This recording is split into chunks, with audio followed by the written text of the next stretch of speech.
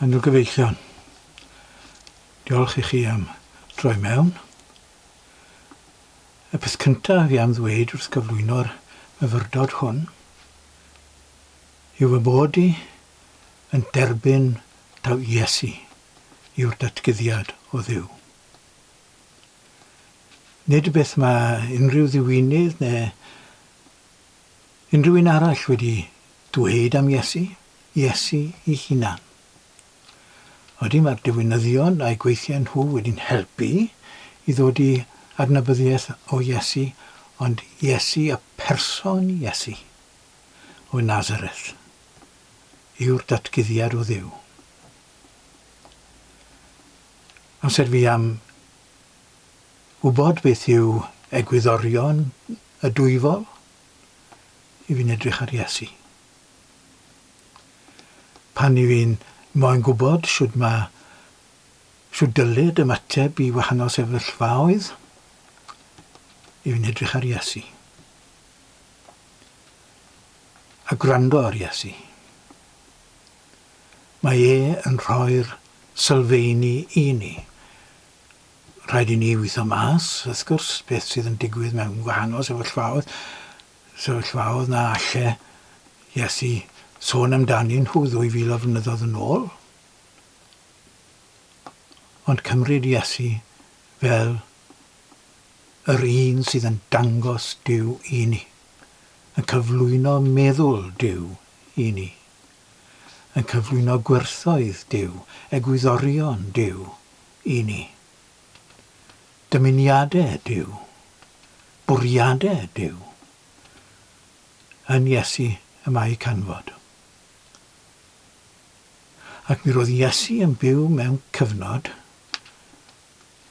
pan oedd anghyfiawnder, anhegwch, creulondeb, trais o'r math gweitha yn cael ei dderbyn yn ganiataol. Dyma yw trefn y byd. Ac mae Iesu yn ein cyfeirio ni i sefyll yn erbyn y drefn honno.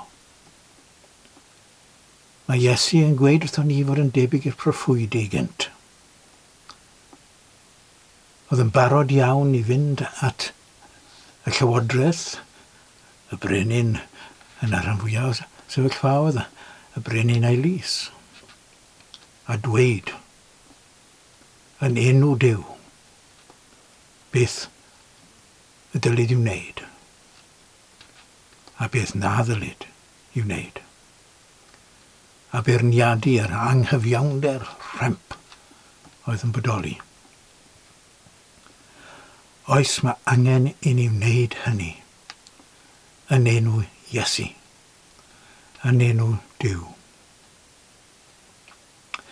Nawr wrth yn bod ni'n ystyried beth sydd yn ymlaen yn yr Wcráin, fe garen ni dynnu sylw o trai pethau yn y mywyd Iesu, pethau a gnath pethau a ddywedodd sydd wedi cael eu cofnodi gan 4 efengylydd.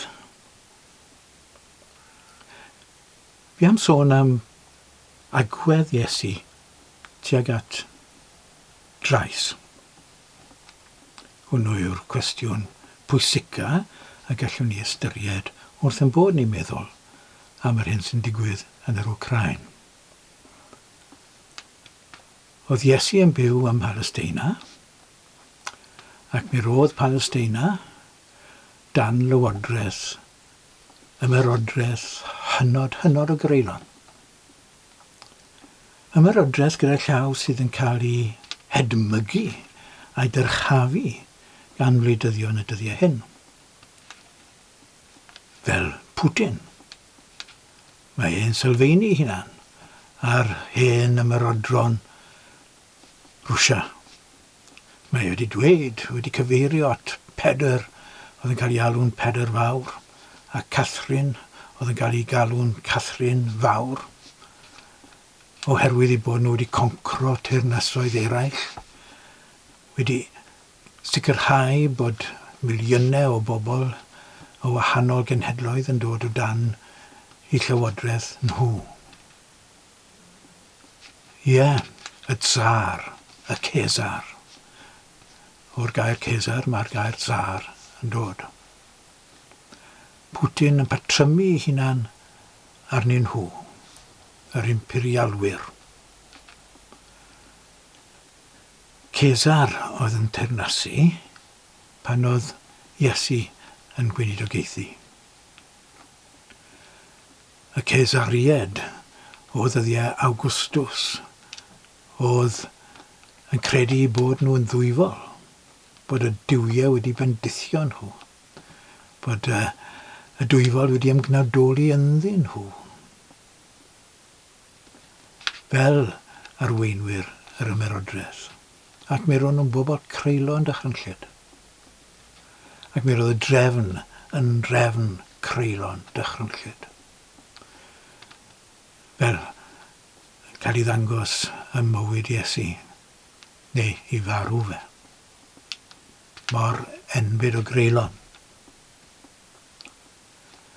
O dan drefen fel na oedd Iesu'n byw. Ac amser oedd Iesu yn gweinidogaethu, oedd yna densiynau mawr yn y wlad.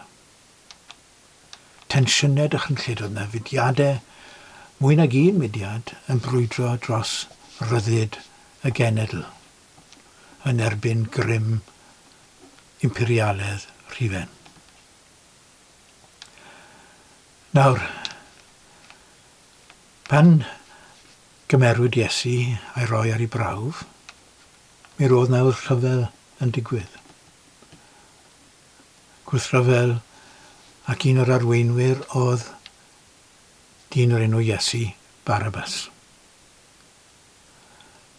Ac mae'r cyfeiriadau ato fe, sydd yn y Testament Newydd yn yr Efengylau, yn ei ddisgrifio fe fel gŵr enwog, fel gŵr oedd yn ymladd, yn llofruddio dros ryddid i genedl. Dyn hynod iawn o boblogaidd. Pan roeddwyd y dewis ger bron y dorf, o bwy o'n nhw am weld wedi ryddhau, fe wnaethon nhw weiddi dros Barabas. Mae'n siŵr dy fi bod y Barabas yma'n ddyn hynod o charismatic, yn hynod o grefyddol, yn berson oedd yn barod iawn i aberthu ei hunan dros ei bobl. Yn berson oedd wedi cael llu o bobl yn ei gefnogi fe. Oedd e wedi cael ei ddal rhyw ffordd, ac oedd e'n mynd i gael ei ddienyddio. A dyma'r Pilat, oedd yn cynrychioli ymerodraeth rhufen, yn gofyn i'r bobl pwy o'n nhw moyn. Iesu o Nasareth neu Iesu Barabas. Ac maen nhw'n bloeddio ninfryd rhyddha Barabas i ni. Ac mae Luc yn pwysleisio ac yn ei ddisgrifio fe fel hyn. Y dyn oedd wedi fwrw i garchar am wrthryfela a llofruddio. A thraddwododd Iesu yw hewlydd hwy. Cyn i hynny ddigwydd, mi roedd Pilat wedi gwneud yn siŵr bod Iesu'n cael ei fflangellu, i bod e'n cael ei ddiosg o'i ddillad, i gywilyddio yn gyhoeddus, a'r milwyr Rhufeinig yn ei wawdio ac yn ei ddirmygu, rhoi coron o ddraen ar ei bennau ac yn y blaen.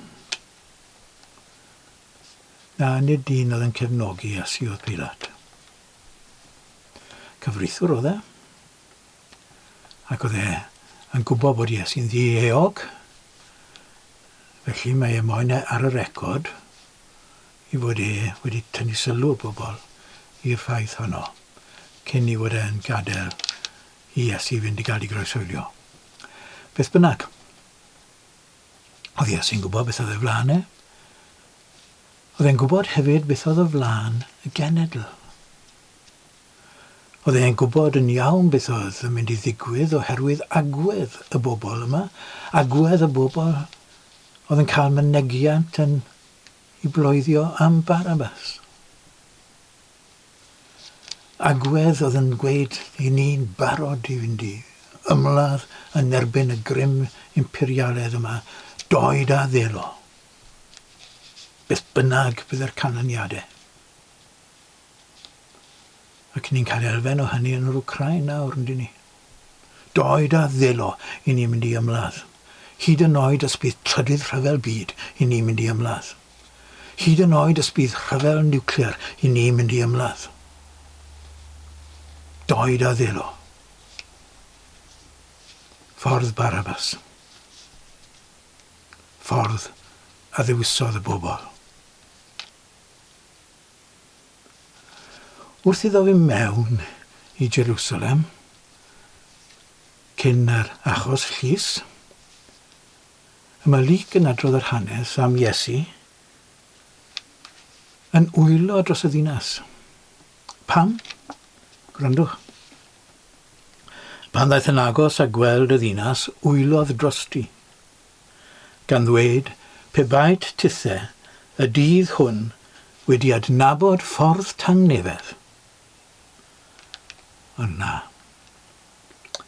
Fe cuddiwyd rhag dylyged. Oherwydd daw arnat ddyddiau pan fydd elynion yn codi clawdd yn dy erbyn ac yn dy amgylchynu ac yn gwasgu arnat o bob tŷ. Fydd ymchwilant hyd dy seiliau. Tŷ ath blant wrth fewn.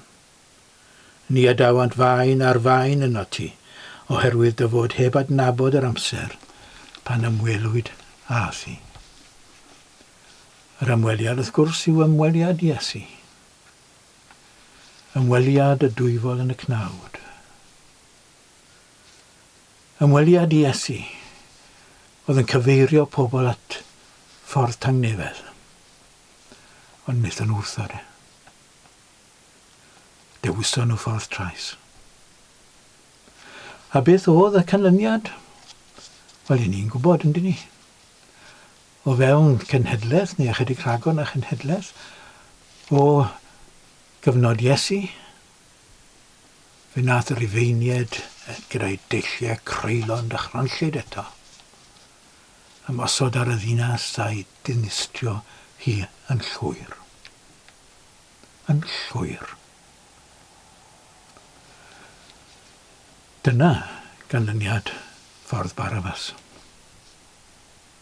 Ac oedd Iesu yn rhagweld hynny. Nawr, sgrifennwyd Efengyl Marc, mae'n debyg, yn y cyfnod pan nath gwrthryfel yr Iddewon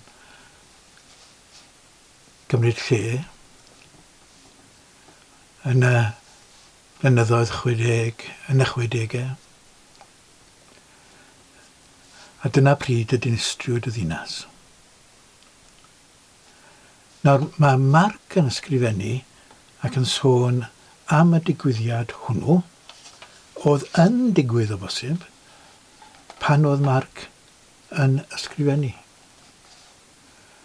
Ac yn y darn apocalyptaidd o Efengyl Marc, pennod 13, mae nifer o esbonwyr fel Ched Myers yn ei esboniad godidog ar Efengyl Marc,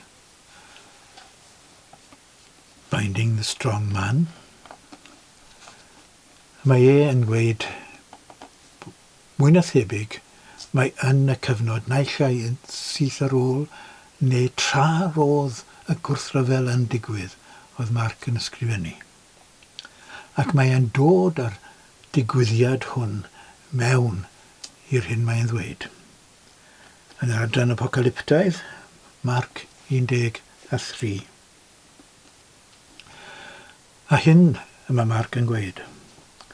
Ond pan welwch y ffieddbeth diffeithiol yn sefyll yn na ddyle fod, a mae hwnna'n eitha cryptic, oedd yn gorfod sgrifennu fel yna, yn y cyfnod oedd yn beryglus i ddweud beth yn gwybod sydd ar ei feddwl. Ond cyfeirio mae at y ffaith bod y gwarchau ar Jerusalem. Y gwarchau nath Iesu ddweud nôl lyc ynghynt. Yna, siwr mae ymateb i'r sefyllfa tensiwn ofnadw yma? Yna ffoed y rhai sydd yn Jwdea i'r mynyddoedd. Yr hwn sydd ar ben y tŷ, peidio dod lawr i fynd i mewn i gipio dim o'i di. Ar hwn sydd yn y cae, peidio â throi'n i ôl i gymryd i fantell. Fowch, cerwch o'r ffordd. Nawr, i ni'n gwybod bod y Cristnogion cynnar wedi gwneud hynny. Y Cristnogion oedd yn Jerusalem, yr hyn wnaethon nhw oedd ffoi. Ffoi ddinas yr enw Pela, yr eglwys ifanc yn Jerusalem. Ac fe, achos y cryn dipyn o densiwn rhwng nhw a i cyd Iddewon, fel gallwch chi ddychmygu, fel sydd yn digwydd nawr yn yr Wcráin. Pobl sydd yn gwrthod ymladd yn cael ei galw'n fradwyr. Dyna sydd yn digwydd ym mhob rhyfel yna. Mae'n Goring ddwedodd mae mor hwydd i gael pobl i gefnogi rhyfel, meddwl fe. Jyst gwedwch bod eu cenedl nhw mewn perygl a bod y rhai sy'n pleidio heddwch i gyd yn fradwyr. Ac fe gewch chi gefnogaeth nhw. Goring oedd yn gweud bod yn rhwydd, cofiwch. Nawr, yr hyn mae Marc yn rhybuddio hefyd, mae Iesu yn rhybuddio, a Marc yn cyfeirio at y rhybydd hwn, yw bod yn bosib y bydd rhywun yn codi sydd yn ymddangos fel Meseia. Ac yna ystywed rhywun wrthych, edrych dyma'r Meseia, neu edrych dac o ef, pidwch ei gredu.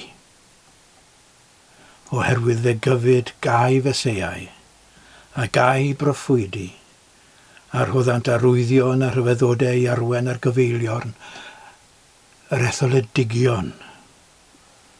Petai hynny'n bosibl. Ie, i arwen ar gyfeilion hyd yn oed yr rhai sydd wedi gweud i bod nhw'n arddel Iesu yn arglwydd. Ond o dan yr amgylchiadau hyn, fi'n gwrthod ffordd Iesu. Fi'n cefnogi ffordd Barabas. Dan yr amgylchiadau hyn, mor aml a dyn yn clywed hynny. Iesu yw'r arglwydd. Ffordd Iesu yw gobaith y byd. Arwyddo ffordd Iesu yw'n gwaith ni fel eglwys. Cydnabod Iesu fel y gwaredwr. Neb meidrol. Iesu. Helpa ni Iesu i hyrwyddo dy ffordd di, i ddysgu dy ffordd di, i sôn amdanat, ym mhob sefyllfa, ac yn fod yn ffyddlon i dy ffordd di, ym mhob sefyllfa.